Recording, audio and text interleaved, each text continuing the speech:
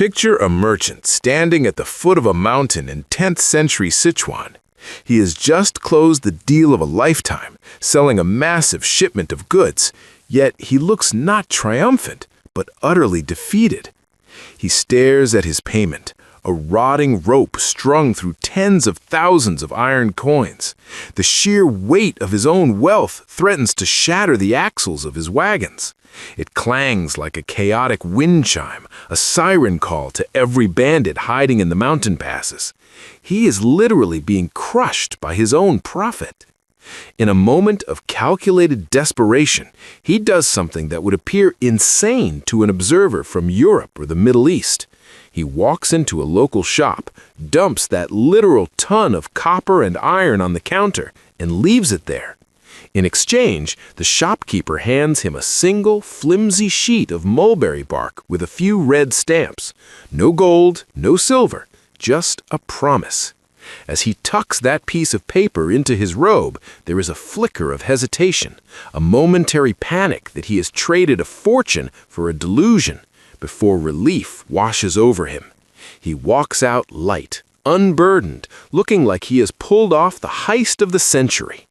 That specific moment, where physical value evaporated into a belief printed on paper, was the exact point humanity figured out how to detach value from physical reality. It solved a logistical nightmare while accidentally inventing the most dangerous economic drug in history. This shift from the crushing burden of physical wealth to abstract trust forms the foundation for a profound historical continuity. It demonstrates a long-standing ingenuity when faced with friction that cripples commerce. We must examine how that 10th century innovation, the world's first true paper money, the jousie, created a legacy that directly influences China's leadership in digital currency today, specifically the digital currency electronic payment, or DCEP. By tracing these historical roots, we can see the impact on vast trade routes and connect them to modern implications for central banking and economic ties across Asia. In both the Song Dynasty and the present day, China confronts massive friction points in commerce and resolves them through monetary innovation. In both instances, the state fundamentally redefines the relationship between itself, the economy, and the very nature of value. The underlying philosophy remains consistent. The concept of state control over currency that made paper money possible is the exact same philosophy guiding the current digital transition. The first paper revolution emerged during the Song Dynasty around the year 1000. The core crisis was not merely inconvenience, it was a crisis of physical scale and material economics. The economy in Sichuan was booming, one of the most commercially active regions in the world, yet it became a victim of its own success. Merchants were forced to use vast quantities of low-value iron coins.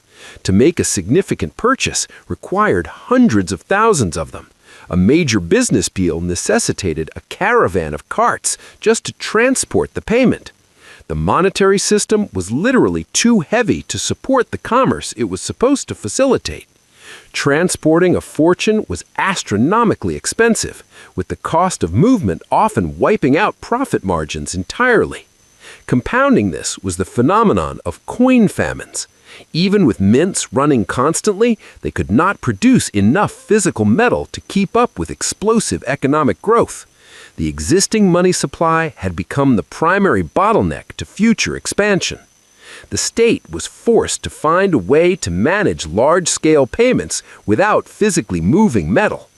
Early precursors appeared in the form of flying cash, essentially an early bill of exchange. A merchant could deposit cash at a government office in the capital and receive a receipt, then travel hundreds of miles to another province and withdraw the same amount. The cash effectively flew across the country without moving. The guarantee was the state's centralized power. These were state-run public offices, and the system's credibility rested entirely on the sovereign's promise. The concept of abstract, non-physical value was already seeping into the economy. The jousie began as a private sector innovation in Sichuan, where powerful merchants ran exchange shops. They issued promissory notes that became wildly popular for solving the local problem of heavy coins. However, private issuance carried immense risk. If a private issuer went bankrupt, the paper became worthless overnight, causing localized financial panics. This provided the state with the perfect rationale to intervene. By 1023, the Song government founded the Jousie Wu, the official paper money office, and began issuing the first standardized government notes. This transformed a private promise into official state-managed legal tender, cementing the core principle that money issuance is the exclusive right of the sovereign. This development leads directly to the foundational Chinese monetary philosophy of Chartelism, the theory that the state alone has the authority to create money, and the value of that money derives not from the material it is made of, but from the government's acceptance of it for tax payments. Value is created by the sovereign's command. This idea predated Western formulation by centuries. The ruler's role was to ensure economic stability by controlling the levers of profit, the money supply, the mint, and exchange rates. Even the bronze coins were implicitly fiat money, made from abundant metals, so supply could be managed. Unlike medieval Europe, where kings merely certified the weight of commodity gold, the Chinese sovereign created value through command. Wang Anshi's reforms in the 1070s fully embedded paper money into the state's fiscal strategy. The state shifted towards indirect taxes on commerce and consumption, using fiscal policy as a logistics engine for military provisioning. To feed armies on the northern frontiers without moving tons of coins, the state utilized paper currency tied to salt licenses. A merchant would receive a paper bill from the state, deliver grain or salt to a frontier army base, and then use that negotiable paper to pay taxes or purchase state-controlled licenses. This circular flow created instant credibility for the currency, backed by its usefulness to the state rather than theoretical convertibility into metal. However, this success provided the state with an intoxicating tool. Once the government realized it had a printing press that could solve immediate budget problems, the temptation became overwhelming, particularly under the pressure of constant border wars. The Song government failed to maintain enough coin or commodity backing, leading to continuous inflation, where the value of paper eroded against metal. By 1204, a paper note with a face value of 1,000 cash coins traded for a fraction of that in the marketplace. This staggering loss of faith proved that the system is only as strong as the government's fiscal discipline. Overissuance led to catastrophic collapses in confidence, forcing devaluations and the issuance of new banknotes at punishing discounts. The Mongol-ruled Yuan dynasty later took this experiment to a global revolutionary level, becoming the first national government in history to rely exclusively on paper money, banning metal coins for large transactions. Kublai Khan's system was built on a promise of silver backing and totalitarian enforcement. Taxes had to be paid in paper, and private transactions in metal were forbidden. However, a state cannot force private citizens to value paper at a specific rate if they believe the state will devalue it. The discipline broke under the weight of endless warfare. By 1276, during the war against the South Song, the government seized silver reserves to pay for the war, dismantling the promise of convertibility. The correlation between war and printing is stark in the historical record. As the quantity of paper money climbed with military intensity, the value collapsed. The government attempted to reset the currency repeatedly, effectively engaging in state-sponsored wealth transfer by wiping out savings. By 1350, hyperinflation destroyed the social fabric. A loaf of bread that cost a nominal amount one week would cost a fortune by the end of the month. Merchants refused to sell, wages became worthless, and the people reverted to barter or the illegal use of uncoined silver. The lesson was harsh and lasting. Unconstrained paper money leads to political collapse. Consequently, the Ming and Qing dynasties retreated from paper money for centuries. The digital yuan marks another pivotal moment in monetary history, echoing that 10th century innovation.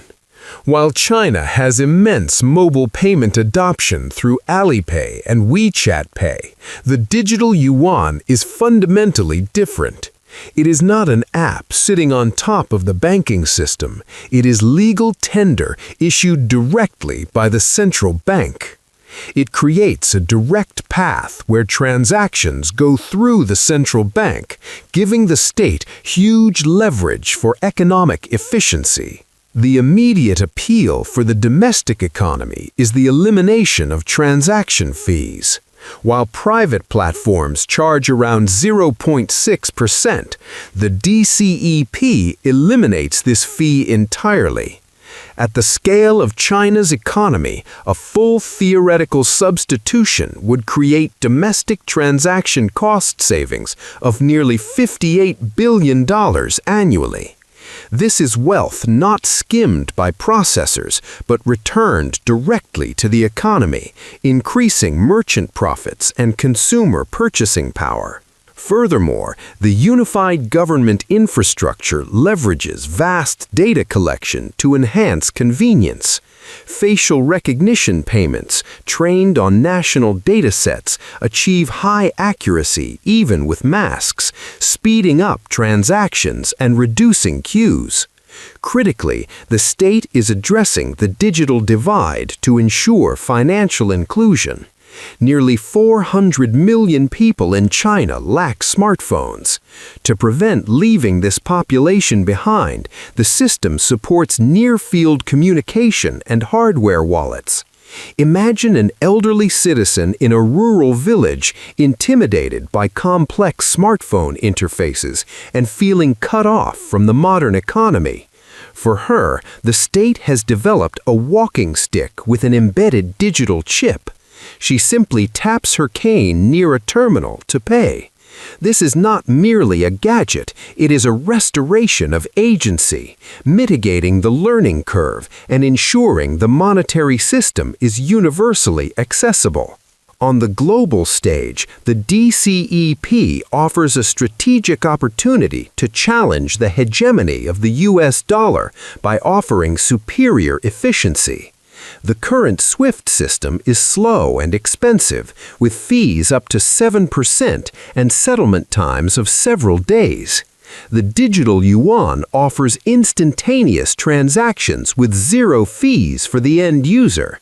This creates a massive incentive for countries in the Belt and Road Initiative to adopt the system, making trade faster and less subject to geopolitical risks of a US-dominated financial architecture. In Africa, where China has invested heavily, the DCEP could slash the exorbitant costs of remittances, serving as a powerful demonstration of the currency's utility and strengthening the yuan's global reputation. This modern shift mirrors the ancient Chartilist tradition through the centralization of data.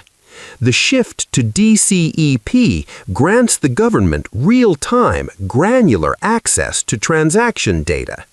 While the Song dynasty failed due to a lack of control over supply, the modern state exerts control through data. This is promoted as a tool for safety, anti-corruption, and targeted social welfare. Instead of relying on manual inspections, the government can track exactly who needs aid and how funds are spent, enhancing the efficiency of poverty alleviation programs. The effectiveness of such centralized data was demonstrated during the COVID-19 pandemic, where extensive tracking allowed for rapid policy implementation. The argument follows that centralized, granular data leads to more successful governance. Critics worry about surveillance, but the marginality argument suggests that because existing systems like the social credit system and Skynet are already so comprehensive, the addition of financial data does not fundamentally alter the state's monitoring capacity. The analysis concludes that the benefits, $58 billion in savings, internationalization, and financial inclusion outweigh the marginal cost of further data centralization. We began with a merchant in the 10th century, relieved to exchange a crushing weight of metal for a flimsy piece of paper. We end with a 21st century economy moving beyond paper to a unified digital currency. The link is an enduring state-centric monetary philosophy. Both movements aim to solve major logistical problems while ensuring the sovereign's command over the economy. The lessons learned from the spectacular collapse of early paper money, the dangers of overissuance, and the need for constraints now inform this digital rollout.